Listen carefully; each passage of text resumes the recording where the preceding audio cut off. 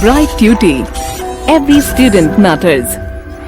Hello dear students, welcome to another lecture, and in this lecture we are going to continue with the poem, the second chapter of your book that we had started, Jina and Etiben. Now we were reading about their innate, their internal, their eternal love story. So far we have read that Jina and Etiben were in love.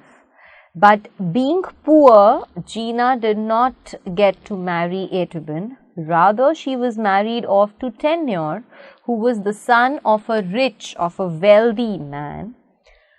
Etiben's parents had demanded for dowry from Jina, but he was not able to arrange that in time, and thus Etiben was forced to get married to Tenure, who was the son of a rich landowner. Now we had read that even after getting married, Jina was actually not happy. She has been compared to an animal who was in cage, who was trapped, and she just could not do anything. She was not in the least happy. She could not think of anything and was utterly sad and disappointed. And finally, she decided to write a letter to her lover, Jina. Jina replied back and they planned to meet. Etiben could see her lover approaching her, but she was waiting for the night to get deeper so that she could go and meet her lover very safely and without being noticed. Let us continue now. So, we are going to begin from the 8th stanza. They made it sure to meet in the fields when Tenure was away from Etiben's heels. Jina came with a piglet, just a clever front, to meet his lady love, to have his face gaunt, light up and fill with the brightest smile. Oh, for Etiben he could cover 1,000 miles. So they made it sure to meet in the fields. So where were they both meeting? They were meeting in the fields. When Tenure was away from Etiben's heels. Etiben's heels, what does this mean? That when Tenure was away from Etiben's heels? This simply means that when Tenure was not around them, when Tenure was nowhere, it was then that Jina and Etiben decided to meet. Jina came with a piglet, just a clever front, to meet his lady love, to have his face gaunt. Now Jina was very clever, He brought along with himself a piglet, a small piglet, which was a very clever act from his side. So he was very clever when he brought with himself a piglet.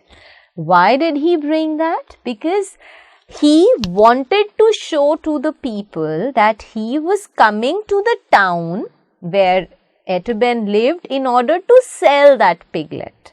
Okay, so he did not just come like that.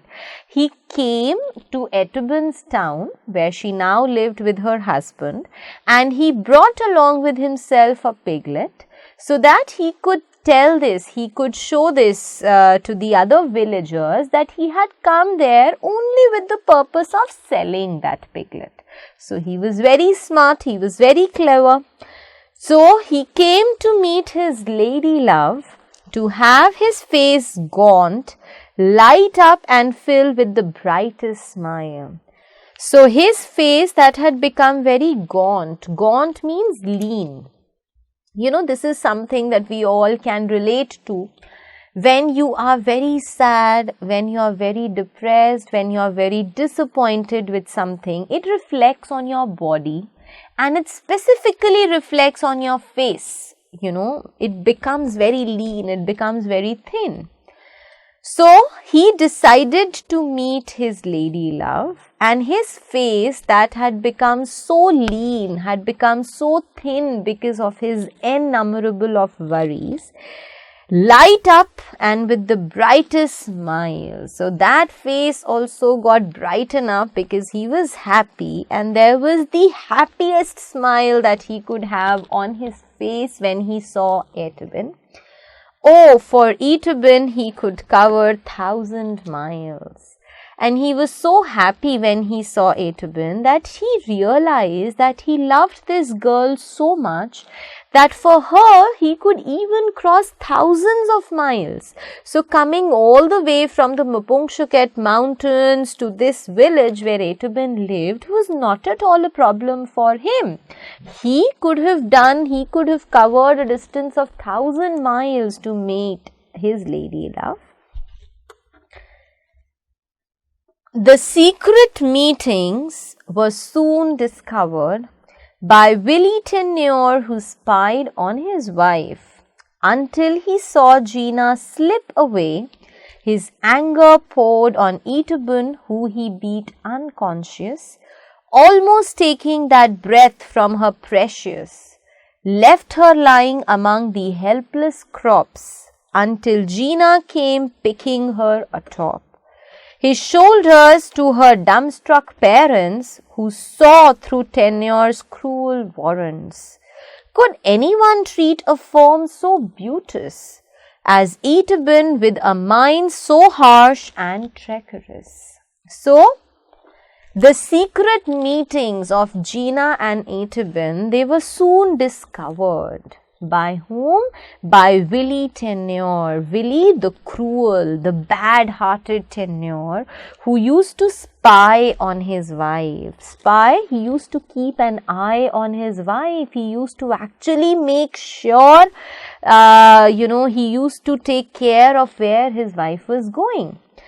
So these secret meetings were soon discovered by Tenure, who spied on his wife, who would actually keep an eye on his wife, until he saw Jina slip away. His anger poured on Etiben, who he beat unconscious. So what happened? He saw that Jina and Etiben were meeting secretly in the fields. He waited Jina to go. Slip away means to go. So he waited Jina to go. And then his anger poured on Etiben. Anger poured on Etiben means he expressed all his anger on Etiben, who he beat unconscious. He beat Etiben so bad that she was unconscious. She just lost all her strength. She lost her consciousness, almost taking that breath from her precious. So, that wicked, that cruel Tenure beat Etiben so badly that breath, she almost, had lost her breath also. She was not able to breathe. She was unconscious, left her lying among the helpless crops. So after beating Etiben, Tenure left her be there among the helpless crops. So they used to meet in the fields, as we have just read. She was lying between those crops that were totally helpless. Obviously, the crops could not do anything to help that poor girl. Until Jina came picking her atop. So what happened? Jina came back. She saw the condition in which Etiben was. She picked her atop his shoulders, So she, Jina picked Etiben on his shoulders and took her to her parents, who were dumbstruck. Dumbstruck, they were shocked. Even the parents were surprised, who saw Tenure's cruel warrants. So even the parents were surprised, they were dumbstruck, they were shocked when they saw what Tenure had done to their daughter. Could anyone treat a form so beauteous? Beauteous? Beautiful. So they just could not understand how could Tenure beat his wife, who was so beautiful, in such a manner, in such a deadly and cruel manner. As Etiben with a mind so harsh and treacherous, and they were wondering if this Etiben to whom they had married their daughter was so harsh, he was so bad and so treacherous. Treacherous means dangerous. So they just could not understand how could that man beat their daughter in such a bad manner. Sad indeed, because Etiben lay black and blue from the beatings she had from nasty Tenure, who never came to meet her again, never cared to know she endured endless pain. As she fell more and more ill, with her only aid, the unrelenting Jina, by her side, he quietly laid his calming palm on her forehead in a lull, till she felt easing her soul's suffering full. So what happened? Etiben was beaten by Tenure. Everybody, Etiben's parents and everyone in the village, they were very sad. Why? Because Etiben lay black and blue. Black and blue, like I told you in the introduction of this poem, beaten black and blue means when you are being beaten in a very bad manner, in a very nasty manner. So you have those blue and red marks all over your body. So that is what black and blue means. So Etiben was lying. She had these black and blue marks all over her body from the beatings she had from nasty Tenure, nasty, bad, cruel. So that nasty Tenure had beaten her so bad that she had blue and black marks all over her body, who never came to meet her again. And that man, that person Tenure, he never came to meet her again. So after that day when he had beaten her, he did not come to meet his wife again. Never cared to know she endured endless pain. That man Tenure, he did not even bother to know that his wife was actually bearing a lot of pain. She was in a lot of pain. He did not even worry about that. As she fell more and more ill, with her only aid, the unrelenting Jina by her side. So, gradually what happened, unfortunately, rather than getting better, her condition was getting worse. So, she was getting more and more ill with her only aid. The only aid means help, comfort, support. The only one by her side to help her was unrelenting Jina. Unrelenting, the very strong. Unrelenting is a word that we use for somebody who never gives up. So by her side was Jina, who was not ready to give up. He was there by her all through the while. He quietly laid his calming palm on her forehead in a lull. Lull, to make her fall asleep. So, to make her feel relaxed. So basically, Jina was there by Etiben's side all through the while. He would keep his hand, his palm, in a very nice and a very soothing, comforting manner over Etiben's forehead so that she would fall asleep. Because if she would fall asleep, she would get some relief from her pain, till she felt easing her soul's suffering full. And what happened? Gradually, she actually started feeling very easy. She felt that her soul also was just giving up now. It was not only her body, but even her soul was leaving her side. She was actually on the verge of dying. All he could do is steal in by her bedside, offer her delicacies in the dark of night, without the household knowing how he cared for the lovely Etiben who was now in death's snare. He could just bring her one fig fruit, and then her dying body followed suit, preparing to meet her lover in a world where death leads but no misery dwelt. She sang the last song, taking death in her stride. O Jina, in the nether world, will you marry me? From the rights of which this world has denied thee, I'll wait there, my Jina, as your loving bride. We'll fulfill our desires, at last overcome the tide. So, all he could do is steal in by her bedside. Steal in by her bedside means very quietly he would come to the room where Etiben was on her bed. So, very quietly, steal in word has been used to talk about how quietly, so that nobody would get to know about him meeting Etiben every day. So, he would come and would sit by the bedside of Etiben, offer her delicacies in the dark of night, bring her delicacies. Now here, the word delicacies basically refers to delicious food. Here, on the other hand, delicacies refers to the love and care which valued the most. So, he would come to meet Etiben at night. He would offer all his love and care to his lady love in the darkness of the night, without the household knowing how he cared.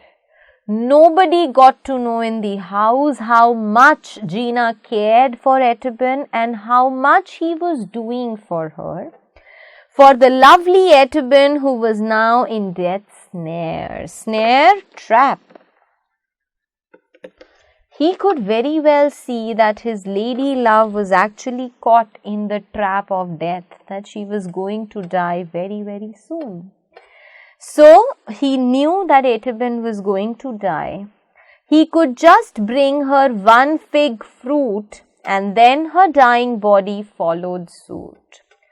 So, he had brought for her a fruit, fig fruit. So, fig is a kind of a fruit that he had brought for Etiben. And after that fruit, after Etiben had eaten that fruit, her dying body followed the suit.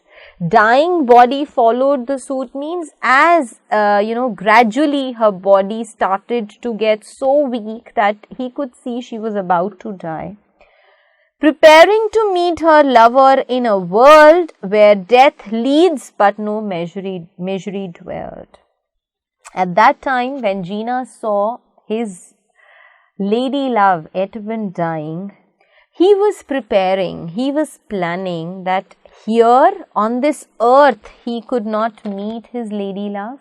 On this earth they could not be together. But he was certainly going to meet her lover in a world where death leads, where one can go only after one dies. Okay, so the heaven he is talking about, the world of the dead he is talking about. So he was planning that although he could not meet, he could not be with his lady love on this earth, but he will surely be with her in the other world, where one goes after death, but no misery dwelt. But there was no misery around.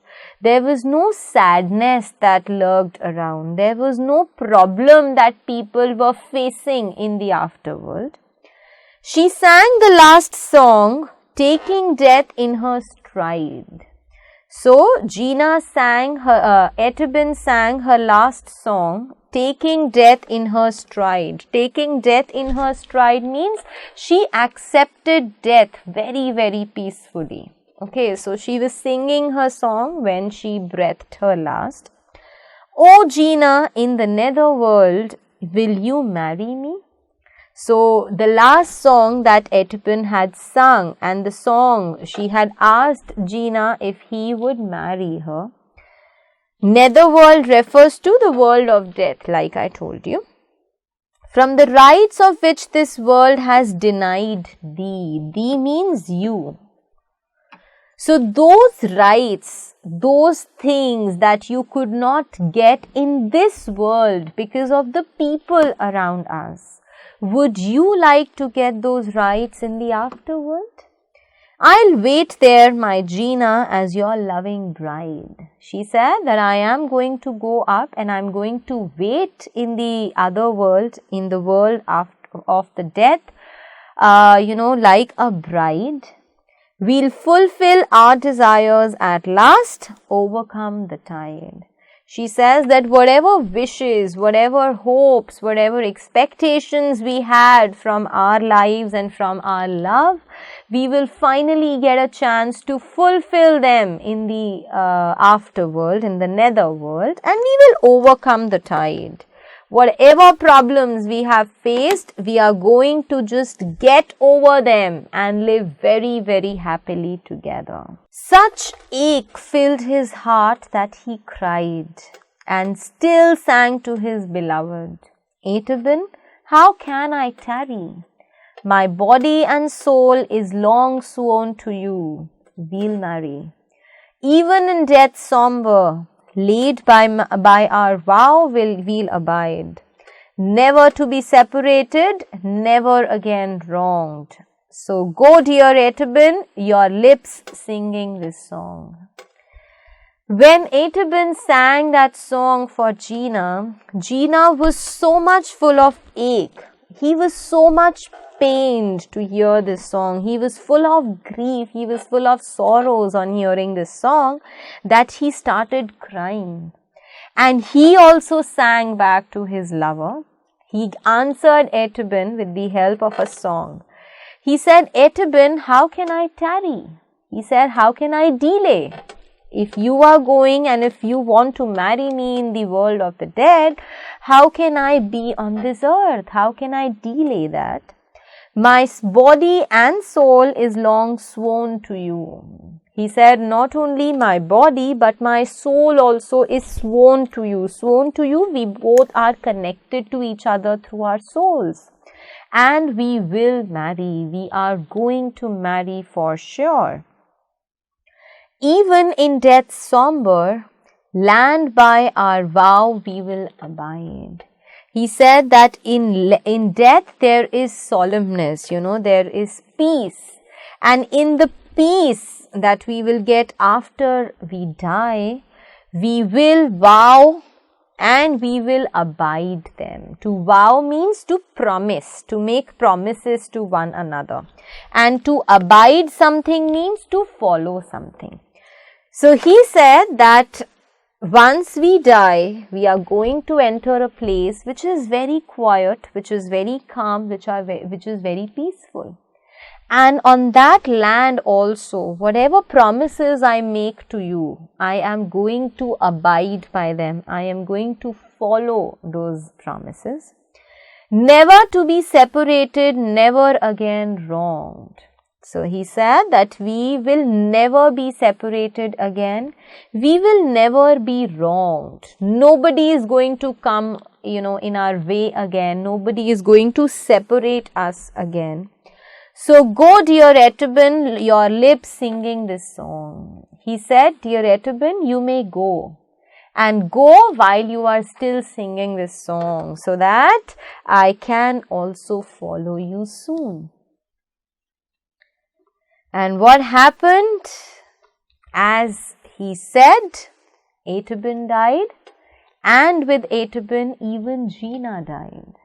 So both the lovers died because Jina could not tolerate his separation from Etiben, and thus as soon as Etiben died, even Jina passed away.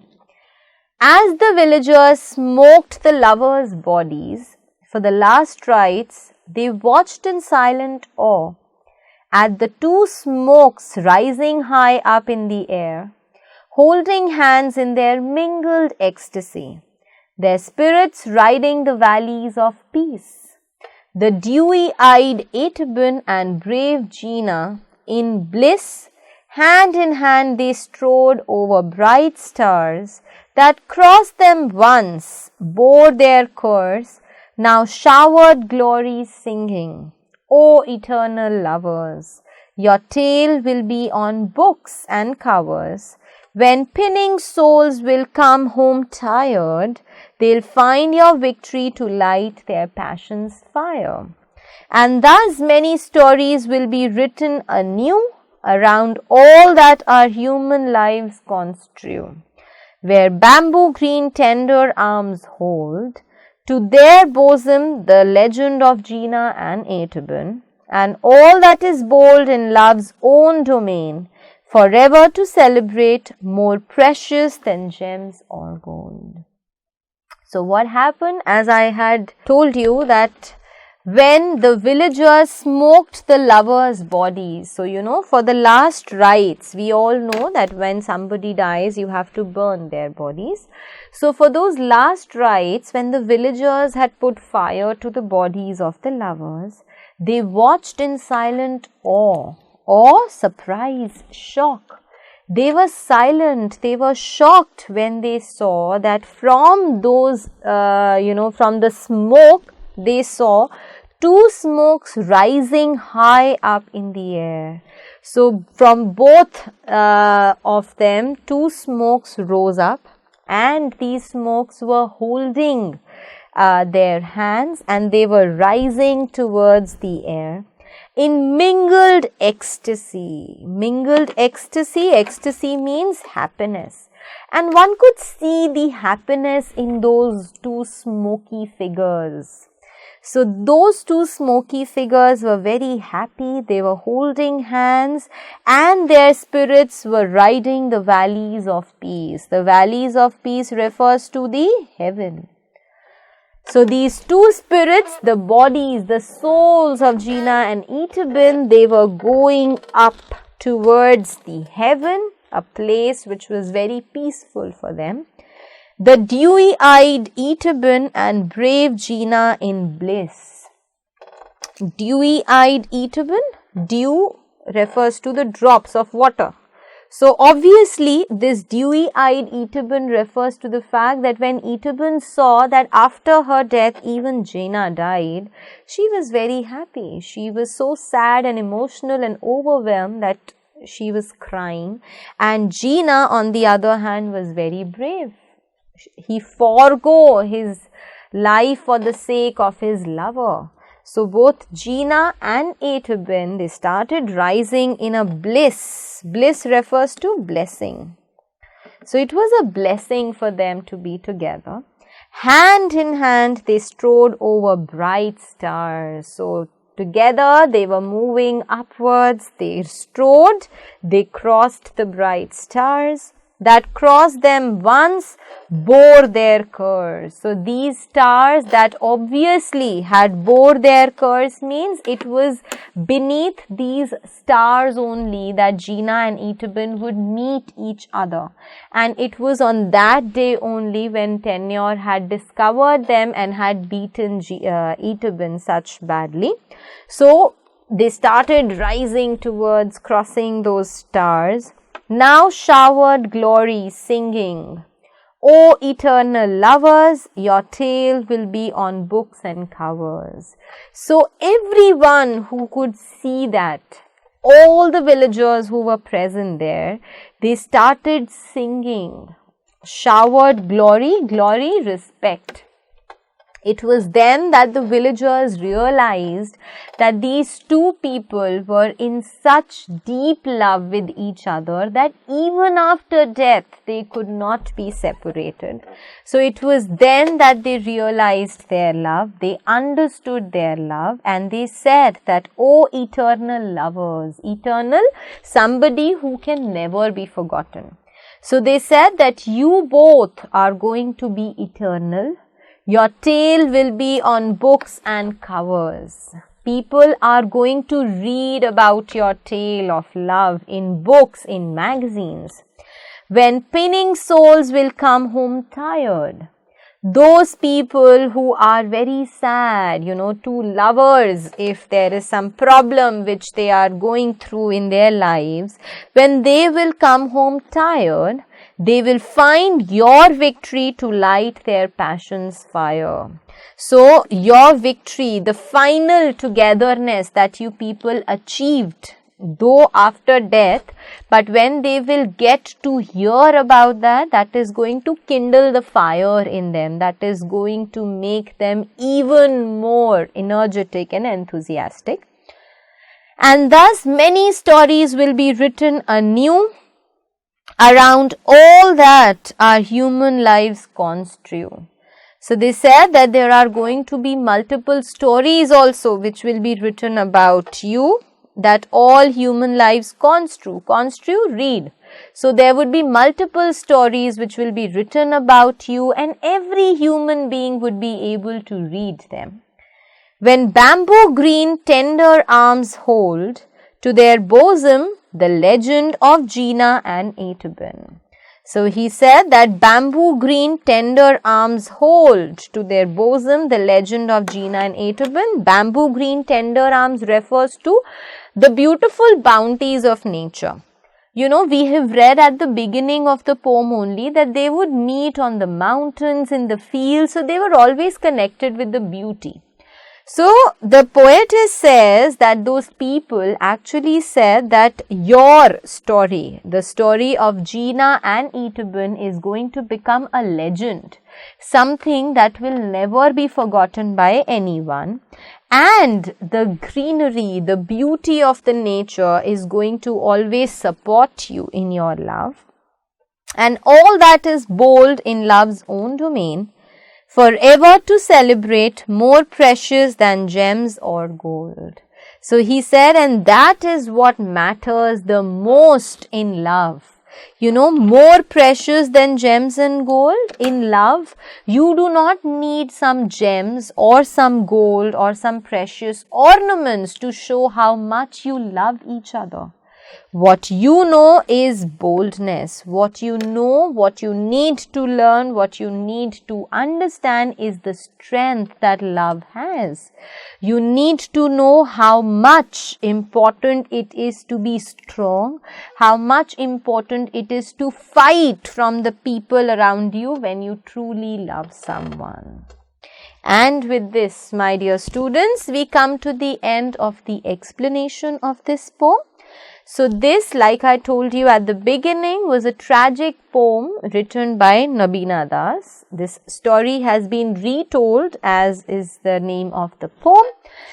And in this poem, she talks about the beautiful love story of Jina and Etiben, who could not be together when they were alive, because Jina was poor and Etiben's parents married her off to Tenure, who was the son of a wealthy landowner.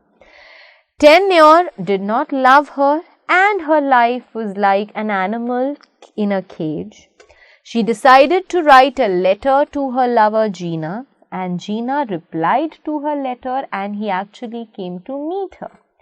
So they started meeting secretly until Tenure discovered, because he was spying on his wife. The day he discovered, the moment he saw Jina leave, he beat Etiben black and blue. It was only Jina who had come in time to take Etiben back to her parents' home.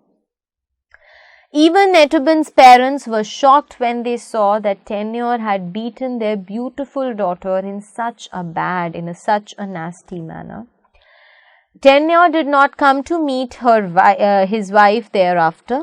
It was only Jina who used to be by her side, who used to comfort her, who used to love her, who used to caress her. And Jina and Etiben were seen together whatever days Etiben had. He would come to her at night, because in the daytime people would obviously not allow that to happen.